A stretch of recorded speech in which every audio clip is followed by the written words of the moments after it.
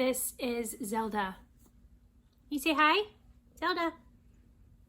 She is a snow Bengal and she has a twin brother named Link. Anyway, welcome to my channel. My name is Shawna and this is World of Washaba, where I talk about my homeschooling journey with my 6-year-old twins and my 8-year-old twins. And this particular video is a homeschool collaboration on specific homeschool challenges, which I think is great because I know a lot of you are maybe on the fence for homeschooling, have decided to jump right into it. Maybe you're a little bit nervous about some of these challenges that might come up. So I think definitely if you go through the playlist of all the ladies who are sharing their homeschooling challenges, you are going to get a great wealth of information. Now, this particular homeschool collaboration is hosted by my friend Rachel over at 7 in All. So definitely check out her channel. I know that you will just be blessed with the content that she puts out. And also the playlist for everybody else joining in this great collaboration is going to be in the notes. So don't forget to just hit that playlist and listen to all of the amazing challenges that we are going to be discussing. Before I head into what I'm going to be talking about, if you are new to my channel, welcome. Hi, thank you so much for being here. I hope that you love the channel, love the content. Hit subscribe, hit the little bell, which will notify you of my videos. And don't forget to give me a thumbs up. That helps me to be seen by other people looking for this sort of content. My particular homeschool challenge is going to be math. And I hope that you are in for a story because I'm going to tell you a story.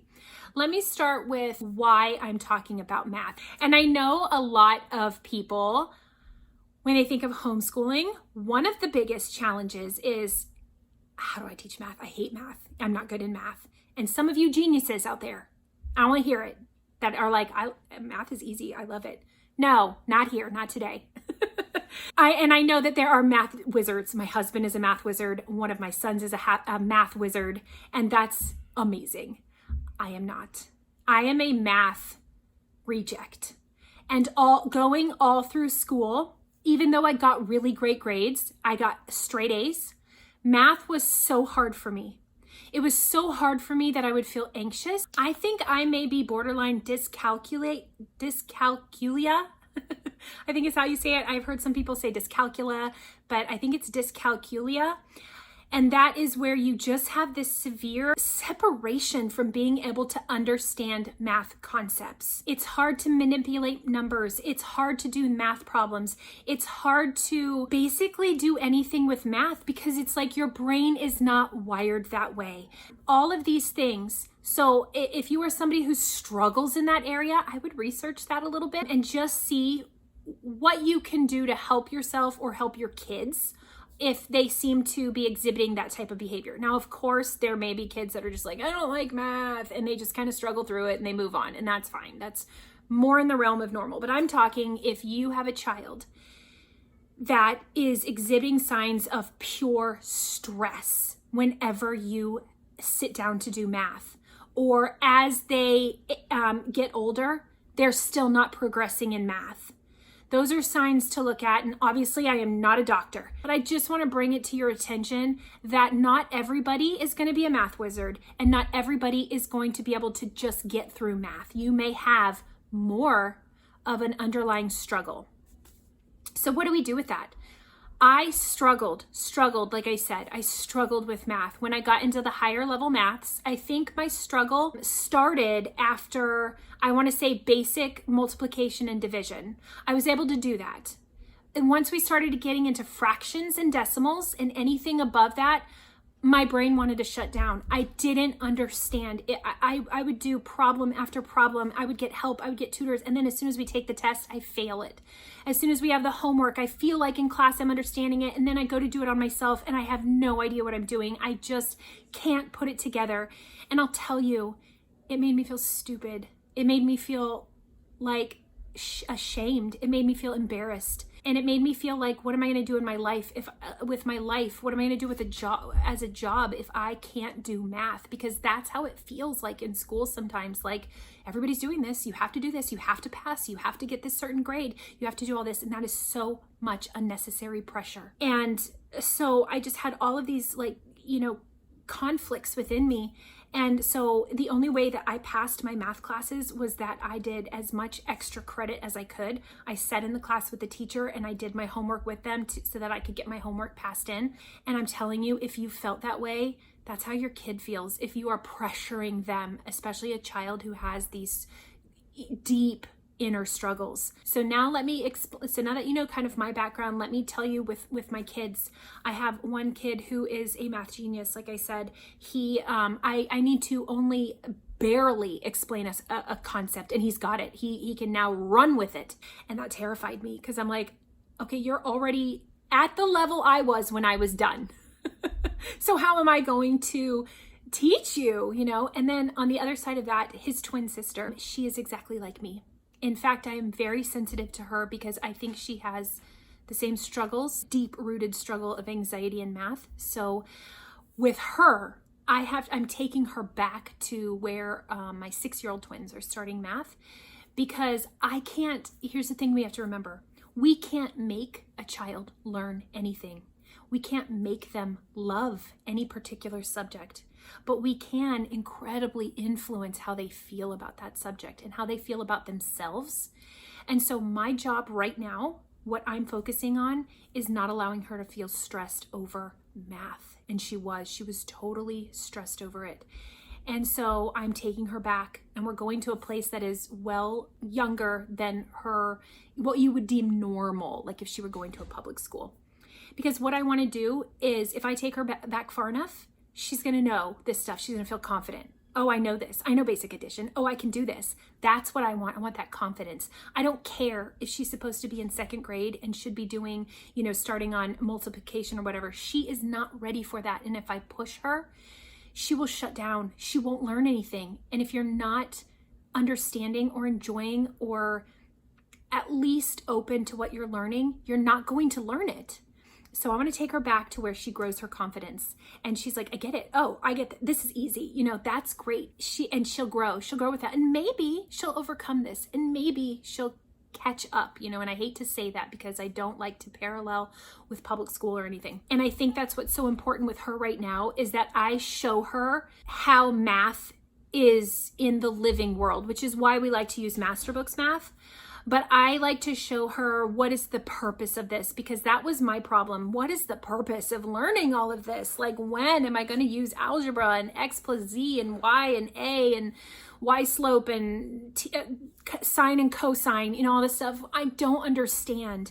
And I was a person that I wanted to know why I was learning this and not just because to graduate. And I will tell you, I have never used algebra. I have never used trigonometry. I have rarely used geometry beyond knowing what a shape is and how to get area or diameter or whatever, but so basic even then, right? So anyway, I'm dealing with my son who's very gifted. And so I can put him in a program like teaching textbooks. He can sit down and he can take off. He can go at his pace. He can fulfill his little desire for math all he wants. I gave him a set of Star Wars math books. Go at your own, go for it. I've introduced him to Khan Academy, which is free, showed him how to get into the math programs, everything. It's like he has this insatiable need to propel himself forward in math. And I'll tell you, that's what will happen. Don't worry about your level of skill. If your child is gifted in an area, you can't stop them. You can't stop them. Even if you took away all the things, their brain is still going to be computing in a mathematical way. In the end, it will work out. Even if you kept them on level and you knew they were so gifted in math, but you didn't bump them up and you didn't push them forward. When they turn 18 and they go out to their college, guarantee they will be taking those higher level maths and they will be just eating it up. So don't worry. With your child that may be struggling, take it easy. You are influencing how they feel about themselves towards this subject. And that is so important. If you influence them in a way as to say, you have to do this, sit down and do your math. How are you not getting this? Which I'm not judging you because I've been there. And I've verbally said things like, how do you not understand this? We just went over it like 50 times. How do you not know place value from ones, tens, and hundreds? Like, and then again, I have to apologize to her, and I have to show that grace, and I have to show that humbleness to her and say, I am so sorry for making you feel this way. That is not my job. And so then we go back and I say, okay, you know what? I need to teach her where she's at. And if that means taking her back, that means taking her back. Do not worry about being on grade level. That is a public school mentality so that they can move children, which is the average learning age and this average learning curriculum, through the school system. They don't have time or resources to say, okay, these kids, these 20 kids ranging from ages 5 to 13 need to be in this type of math with more kinetic approach or kinesthetic approach. These kids age 13 through or 18 need to be more in a visual math approach. You know, they can't do that. So don't buy into the public school mentality of, well, my daughter's 8 and she should be in 2nd grade or 3rd grade or whatever. And she's not, she's doing 1st grade level math.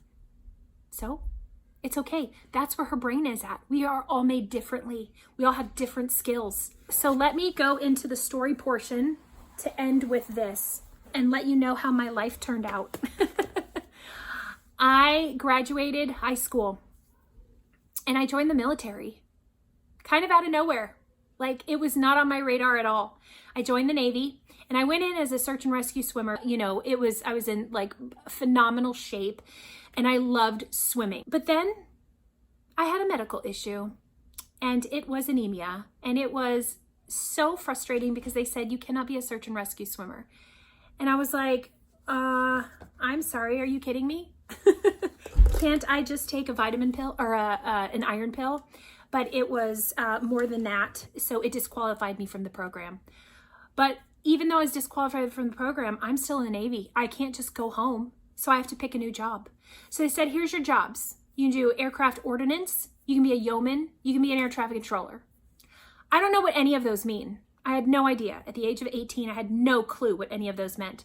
So I said, okay, well, where's the school for those? And they said, yeoman and ordnance are in Chicago. And I'm from Florida. So I'm like, I don't know about that. And then they said air traffic control is in Florida. I said, well, air traffic control then.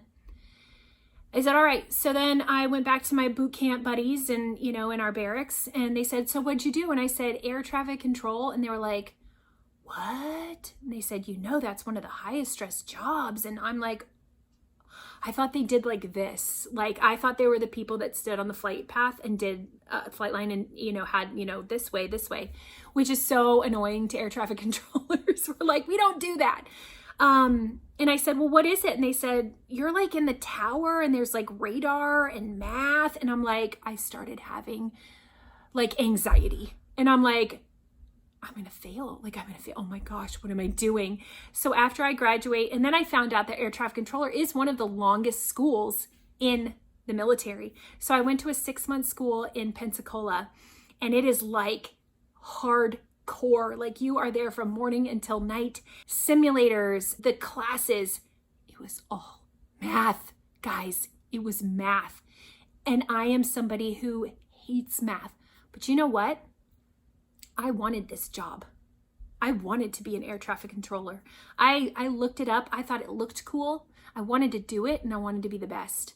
And all of a sudden, my entire mind shifted because now I wanted this and I wanted to succeed. And so when we started with weather, that was the first class that you go to. You're learning about different like stratospheres and clouds and precipitation and wind, all of these things. And a lot of it is numbers. And I thought, okay, one day at a time, one class at a time. And I memorized everything. I have a good memory. I'm really good at memorizing things. I memorized everything. I took the test and I aced it.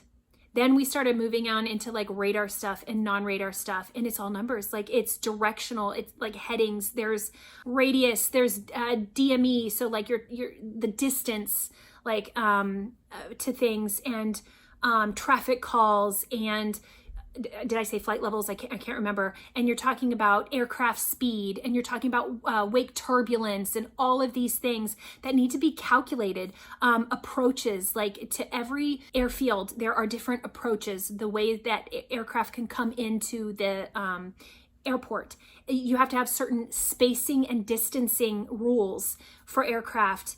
And one day at a time, but I loved it. I loved air traffic control. And the difference is, when I started learning math for air traffic control, I saw how it was applied, and I saw the necessity of it, and I saw the reason behind it. I knew that I needed to learn these particular things because I'm going to do this. And that was the connection that I didn't have in school. I was learning this, but I had no idea where it was going to fit into my life. So when I started air traffic control school, every single thing we learned, which is like how you would feel in an apprenticeship, right? Which is like days long ago that I think that they should bring back, because you learn every single thing that you're going to be doing for your job. You're not learning unnecessary things. So I went through the class, which is really hard school to go through, and I graduated #1 in my class, which meant I got to pick my duty station from, first from the list. Graduated #1. I became air traffic controller of the quarter. I became air traffic controller of the year. I had awards and honors. In my very first duty station, I became the youngest air traffic controller to be fully qualified and to get my certified tower operator license, which they had never had somebody my age qualify for that at that duty station. And it was because it changed, my mindset changed. I wanted to learn this so bad, and I saw how it applied. And so I just think it's funny, and I tell you that story because if you have it, like even my mom said, you're just not going to do a math job, and that's okay. But, God had another plan, and he said she's not going to, need this random math stuff, but she will do fine to learn a math that she needs to learn for something that she loves. And I was a great air traffic controller, and I loved that job. And I was also one of the top trainers. I was one of the top simulator runners, which is all like typing in numbers and all of these things so that the simulator aircraft were, where I needed them to be. So I just want to give you encouragement, and this goes for any aspect or any area of subjects that your child is going through. If they're struggling with it, the best thing that you can do is love them and have patience with them and take them back to their level.